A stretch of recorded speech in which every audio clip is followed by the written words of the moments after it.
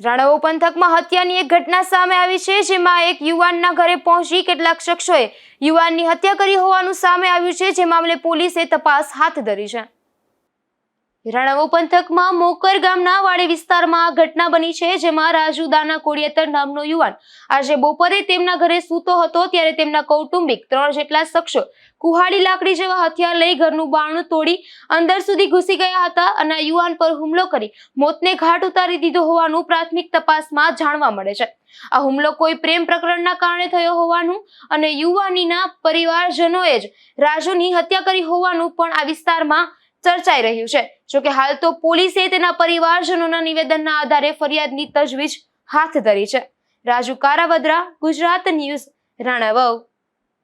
મારું નામ ભીખુબેન ને અમારા ઘરે આવીને મારા ભાઈને મારી ગયા। કોણ આવ્યા હતા મારવા બેન? બધો પછી હીરો ને હાંગો। એ તમને શું સગા થઈ? કાકાના દીકરા ને બાપાના દીકરા। મારવાનું શું કારણ હતું બેન? એને પેલા થોડાક દી પેલા એની બેન ને ઉપાડી ગયા હતા ને, હા, એ કારણે કે અમે મારવા આવ્યા એમ કીધું।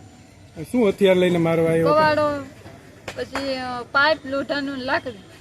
એ મારવા આવ્યા ત્યારે તમે લોકો કોણ કોણ ઘરે હાજર અમે હતા? 2 બેન હતી। તમને કઈ માર્યું બેન? હા, હમણાં જાય કપડી રાખી ને હાથમાં માર્યું, ઠોકર લાગી।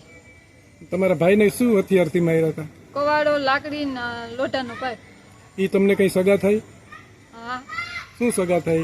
કાકાના ને બાપાના દીકરા છે। પછી 108 ને બોલાવી હતી તમે? હા, 108 ને બોલાવી। તો શું કીધું 108 વાળો? કે તમારી વાડી ક્યાં છે? અમે આગળ આવી। પછી ત્યાં આવીને શું કીધું?